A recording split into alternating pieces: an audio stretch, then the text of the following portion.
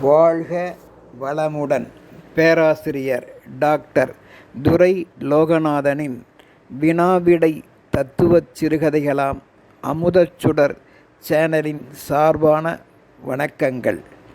என் கதைகள் பல வெளிவர உதவிடும் யூடியூப் ஊடகத்தார்க்கும் டிவி சேனலுக்கும் என் கதைகளுக்கு நாளுக்கு நாள் அமோக ஆதரவு தந்து என்னை ஊக்குவிக்கின்ற இன்ஸ்டாகிராமிற்கும் ரசிக பெருமக்களுக்கும் வாழ்த்துக்களும் வணக்கங்களும்.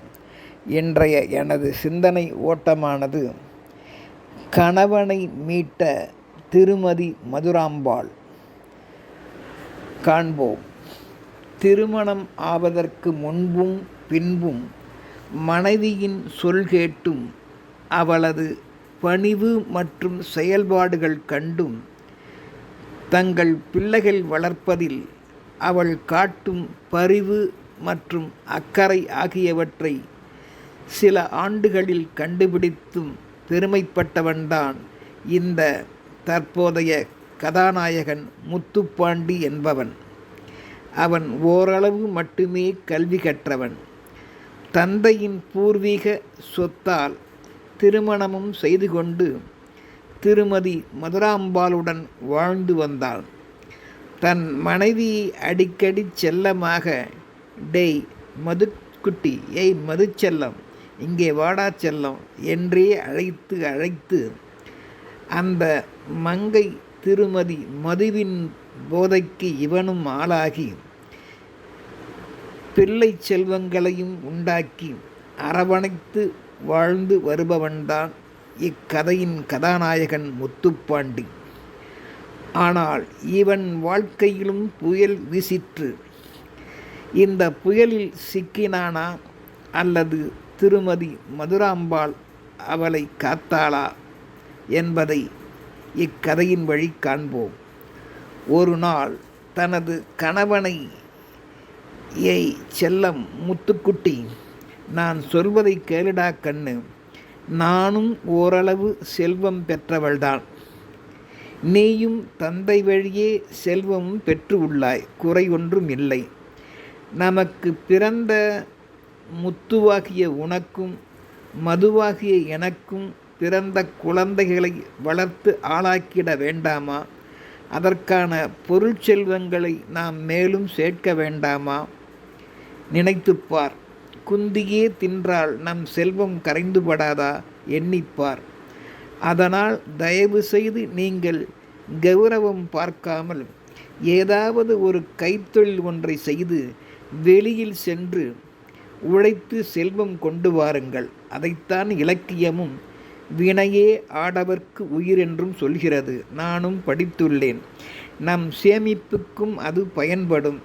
நீங்கள் வேலைக்கு செல்வதால் உங்களுக்கும் வெளியில் நல்ல பெருமை உண்டாகும் என்று கூறி அவனை இதுவரை காணாத வெளி உலகத்திற்கு அனுப்பி திருமதி மதுராம்பாள் பெருமைப்பட்டாள். அதனால் பல மாதங்கள் வெளியூரில் மதுவாம் மனைவியின் நினைவாகவே உறக்கத்திலும் மது மது என்று உளறிக்கொண்டே இருப்பான். அவள் நீண்ட பிரிவை நினைத்து அவ்வாறு உருகி தவித்தான். அப்படிப்பட்ட இந்த சிறந்த முத்தான இந்த முத்துவை அந்த அறையில் இருந்த நண்பன் புண்ணியமூர்த்தி என்பவன் வீணாக்கிவிட்டான் என்பதே வேதனை. இப்படித்தான் நல்லவர்களை சூறையாடுகின்ற நண்பர்களும் உலகில் இல்லாமல் இல்லை. அதனால் மேயுன்ற மாட்டை ஏதோ ஒன்று கெடுத்தது போல் அவனது அறையில் இருந்த நண்பன் பெருங்குடிமகன் புண்ணியமூர்த்தி அவனுக்கும் மதுவின் பழக்கத்தை ஏற்படுத்தி குடிக்கும் இந்த மது போதைக்கும் அவனை ஆளாக்கிவிட்டான்.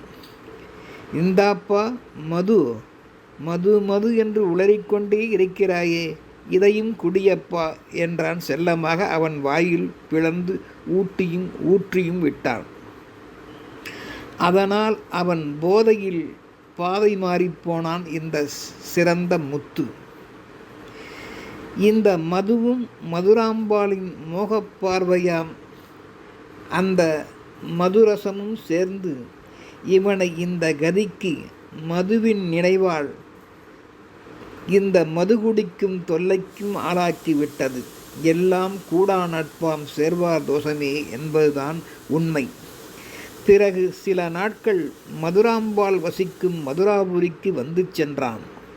இருந்தாலும் பலாப்பழம் கொய்யாப்பழம் அடங்கிய டப்பாவில் வாசனை என்பது இல்லாமல் போய்விடுமா என்ன? இதனை திருமதி மதுராம்பாள் அவனது வாய்வழியே வெளியேறும் பெட்ரோல் டீசல் போன்ற வாசனையால் அறிந்து கொண்டு எதுவும் தெரியாத போல் அமைதியாகி சில மாதங்களாக அவ்வாறு திகழ்ந்து வந்தாள். அவளது உள்மன போராட்டங்கள் மட்டும் இந்த கதிக்கு ஆளாகிவிட்டானே என்று துடிதுடித்தது. எப்படி திருத்துவது என்றும் தீர்மானித்தாள். இதனை கண்டறிய கணவன் வேலை செய்யும் வெளியூர் சென்று நேரிலும் அவனது குடிபோதை ஆட்டங்களையும் பலர் முன்னிலையில் அவன் மானம் பறிபோவதையும் அவனது நண்பனாம் புண்ணிய கோடியுடன் தகாது நடப்பதையும் பார்த்து மனம் புண்ணாக்கி போனாள் இந்த திருமதி மதுராம்பாள். தானும் மது ரம்மை குடிக்கலாமா, கவலையை மறக்கலாமா என்றும் தோன்றியது. ஆனால் அப்போது அவள் செய்யவில்லை. புண்ணிய கோடி போன்றவர்கள் நல்லவர்களையும் சீரழித்து இவ்வாறு புண்ணியம் சேர்த்து கொள்வதை எண்ணி வேதனைப்பட்டாள் திருமதி. கணவர் நிலைமை மிகவும் மோசமாகிவிட்டதையும் அறிந்து அவனை அந்த நண்பனுடன் சேரவிடாது தன் குடியிருக்கும் மதுராபுரிக்கே அழைத்து சென்று விட்டாள். காத்து நின்றாள் என்றே சொல்ல வேண்டும். பின்பு அன்பென்கின்ற மதுராம்பாளின் அன்பான பிடிக்குள் சில மாதங்கள் அகப்பட்டாலும் திடீரென்று ஏற்பட்ட அந்த புதிய மது வருந்துகின்ற பழக்கம் அவனை அப்போதும் விடவில்லை. அழைத்தது கனவிலும் நனவிலும். வீட்டில் அவனது தனிமை அறைக்குள் சில மது பாட்டல்களை வாங்கி வைத்து இரவில் குடிப்பதையும் அப்போது தட்டி கேட்கும் தன் மனைவியை அடிப்பதையும் திடீரென்று வழக்கமாக்கி கொண்டான். கணவன் அடங்கவும் இல்லை திருந்தவும் இல்லை என்பதை உணர்ந்தவள் அவன் வாங்கி வைக்கும் பல மது பாட்டல்களில் ஒன்றை மட்டும் ஒரு நாளைக்கு 1 என்ற வீதம் அவன் கண்ணில் படாமல் திடீரென்று எடுக்காமல் ஒவ்வொரு நாளைக்கு ஒவ்வொன்று என்ற கணக்கில் ஒவ்வொன்றாக எடுத்து மறைத்து தனது அறைக்குள் பதுக்கி வைத்தாள் இந்த மதுராம்பாள். மது பாட்டல்களின் எண்ணிக்கை ஒவ்வொரு நாளும் குறைவதை அறிந்த கணவன் ஒரு நாள் அவள் வந்து எடுத்து செல்வதையும் மறைந்து இருந்து பார்த்துவிட்டான். அவனால் ஏன் என்று கேட்க முடியவில்லை. கேட்டால் வீண் விவாதம், திருடனுக்கு தேள் கொட்டியது போலும் ஆகிவிடும். அதனால் அமைதியாக இதனால் வேதனையடைந்தவன் சரக்கு அடித்து அன்றும் வெளியேறிவிட்டான். மதுராம்பாளுக்கு தெரியாமல் அன்று மாலை சற்றும் எதிர்பாராத வகையில் குடித்து கும்மாளம் இட்டவன் பிறகு போதை தெளிந்தவன் வீட்டிற்கு வந்தான். பல பொருட்களை வாங்க சந்தைக்கு மறுநாள் சென்றான். அங்கே அவன் கண்ட காட்சி அவனது ஈரக்குலையை நடுக்க வைத்தது. நெஞ்சமே வெடித்துவிடும் போல் இருந்தது. திடுக்கிட வைத்த சம்பவம் அது. என்ன கண்டான்? ஆம், அங்கே அவனது மனைவியோ மதுராம்பாள் மதுவாம் குடிபோதையுடன் தள்ளாடி கொண்டு வியாபாரிகளிடம் வீண் வம்பு செய்து அலட்டிக் கொண்டிருந்தாள். அவர்களிடம் வீண் விவாதங்கள் செய்து காது கொடுத்து கேட்க முடியாத அளவிற்கு பல கெட்ட வார்த்தைகளை அவர்கள் மீது வீசிக்கொண்டிருந்தாள். தன்னை அடக்குவோரை பலமாக திட்டி தீர்த்தாள். தள்ளாடி மயங்கியும் விழுந்து விட்டாள். அவளை கண்ட இவன் பதைபதைத்து போய், அட கடவுளே, இவளும் இப்படி ஆகிவிட்டாளே என்று கருதி முதலாக குடியை நினைத்து குடி கெட்டுவிடும் என்பதை உணர்ந்து எண்ணிய இவன் துடிதுடித்து போனவன் அவளை தூக்கி கொண்டு எல்லாரிடமும் மன்னிப்பு கேட்டுக்கொண்டு முதல் முறையாக வீட்டிற்கு சென்று அவளை கட்டிலில் கிடத்தி வைத்து தண்ணீர் தெளித்து உறங்கச் செய்தான். அவள் மேல் மதுவாசனை இருப்பதையும் கண்டு அவனது இதயம் படபடக்க ஆரம்பித்தது. குழந்தைகளுக்காகவும் அவளுக்காகவும் வாழ நினைத்தான். தன் குடிப்பழக்கம் இவர்களையும் சீரழித்து விட்டதே என்றும் எண்ணினான். தன் நண்பன் செயலால் நம் குடும்ப நிலை இப்படி ஆகிவிட்டதே என்று உண்மையாய் வருந்தி வேதனைப்பட்டான். மயங்கிய மனைவியிடம் இனி தவறு செய்ய மாட்டேன் கண்ணு என்றும் அவள் கையில் சத்தியம் செய்தான். குழந்தைகளையும் கட்டிப்பிடித்து அழுதான்.